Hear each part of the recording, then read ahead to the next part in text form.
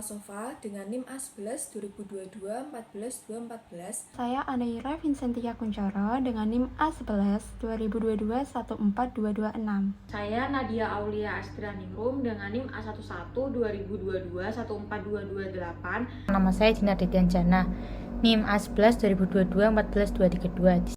Nama saya Wanda Yuniar, NIM A11 2022 14239.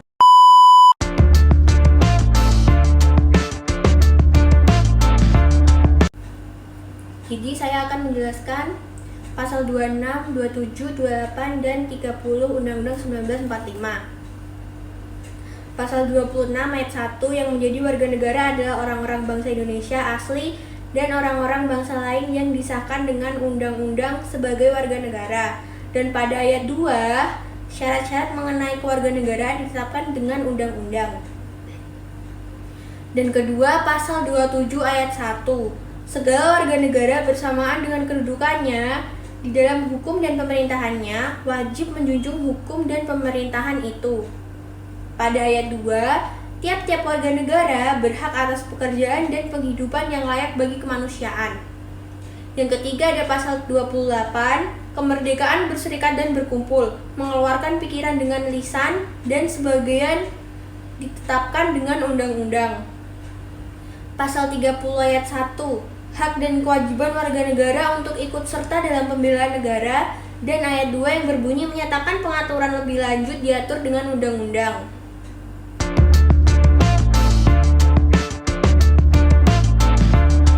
Lalu ada hubungan warga negara dan negara. 1. Siapa warga negara? 2. Kesamaan kedudukan dalam hukum dan pemerintahan. 3. Hak atas pekerjaan dan penghidupan yang layak bagi kemanusiaan. 4. Kemerdekaan berserikat dan berkumpul. 5. Kemerdekaan memeluk agama. 6. Hak dan kewajiban pembelaan negara. 7. Hak mendapatkan pengajaran. 8. Kebudayaan nasional Indonesia. Dan yang terakhir, kesejahteraan sosial.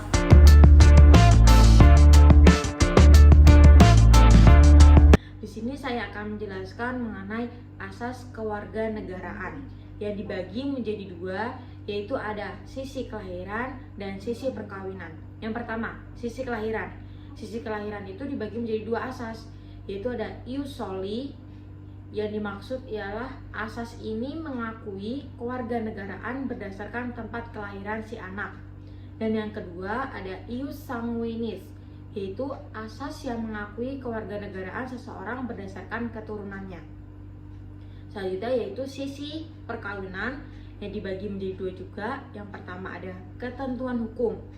Asas ini menyatakan bahwa suami dan istri memiliki kewarganegaraan yang sama, sehingga istri mengikuti status suami setelah perkawinan dan selama perkawinan berlangsung.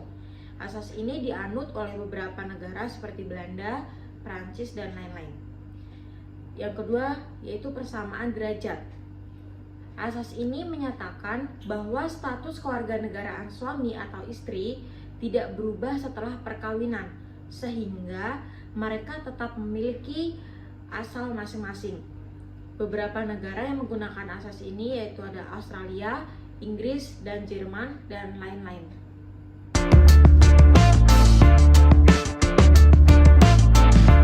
Menjelaskan mengenai unsur-unsur penentu kewarganegaraan. Yang pertama ada unsur daerah kelahiran atau ius soli.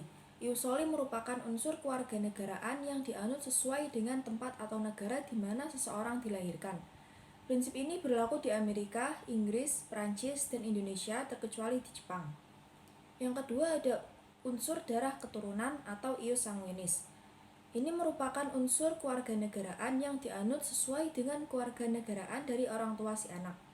Prinsip ini berlaku di antaranya di Inggris, Amerika, Prancis, Jepang, dan Indonesia.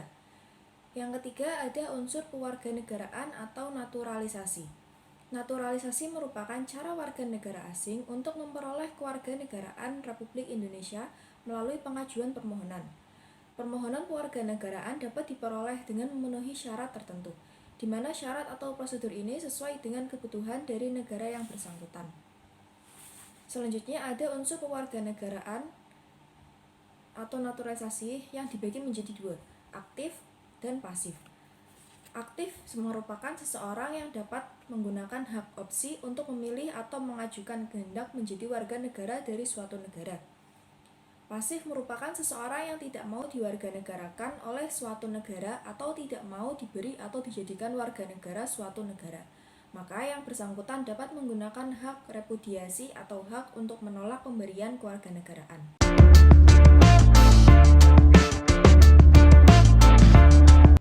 Di sini saya akan menjelaskan tentang hak dan kewajiban warga negara. Yang pertama yang akan saya jelaskan adalah hak warga negara. Beberapa hak warga negara antara lain: 1. Setiap warga negara berhak untuk hidup dan mempertahankan kehidupannya. 2. Setiap warga negara berhak membentuk keluarga dan melanjutkan keturunan melalui sebuah perkawinan.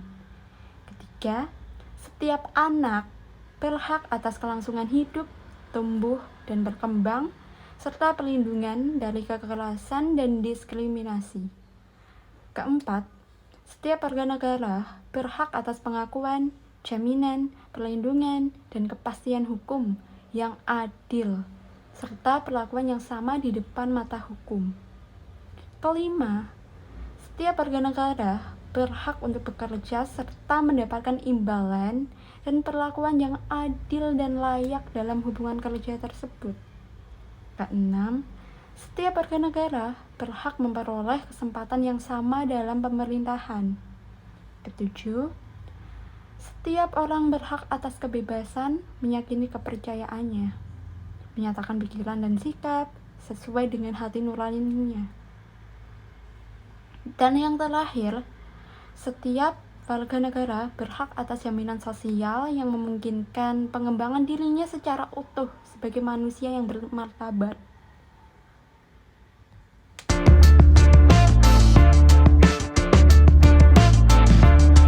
Kedua, saya akan menjelaskan kewajiban warga negara. Beberapa di antaranya adalah setiap warga negara wajib menjunjung tinggi hukum dan pemerintah. Kedua, setiap warga negara wajib ikut serta dalam upaya pembelaan negara. Ketiga, setiap warga negara wajib ikut serta dalam pembelaan negara. Keempat, setiap warga negara wajib menghormati hak asasi manusia lain. Kelima, setiap warga negara wajib tunduk kepada pembatasan yang ditetapkan dengan undang-undang untuk menjamin pengakuan serta penghormatan atas hak dan kebebasan orang lain. Keenam, setiap warga negara wajib ikut serta dalam usaha pertahanan dan keamanan negara. Dan yang terakhir, setiap warga negara wajib mengikuti pendidikan dasar.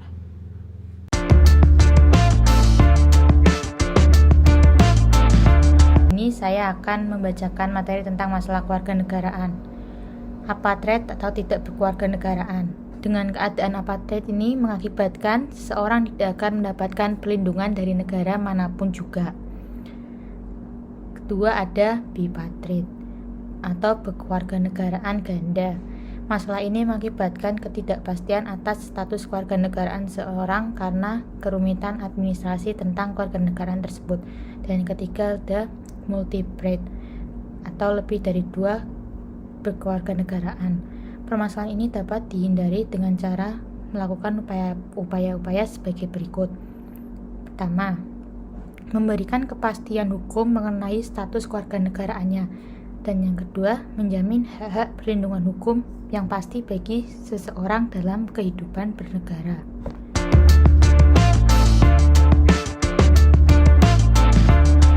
Lalu ada kesimpulan. Melalui hak-hak dan kewajiban yang saling terkait ini, masyarakat dapat menciptakan suatu sistem yang adil dan berkelanjutan. Hak-hak warga negara memastikan bahwa setiap individu memiliki perlindungan dan kebebasan untuk berkembang, sementara kewajiban-kewajiban mereka menciptakan tanggung jawab kolektif terhadap keberlanjutan masyarakat. Hubungan simbiosis antara hak dan kewajiban ini juga memperkuat partisipasi aktif warga dalam membangun kebijakan dan menentukan arah negara. Dengan memahami dan menghormati hak dan kewajiban, masyarakat dapat mencapai keseimbangan yang diperlukan untuk menciptakan lingkungan yang adil, demokratis, dan berkembang.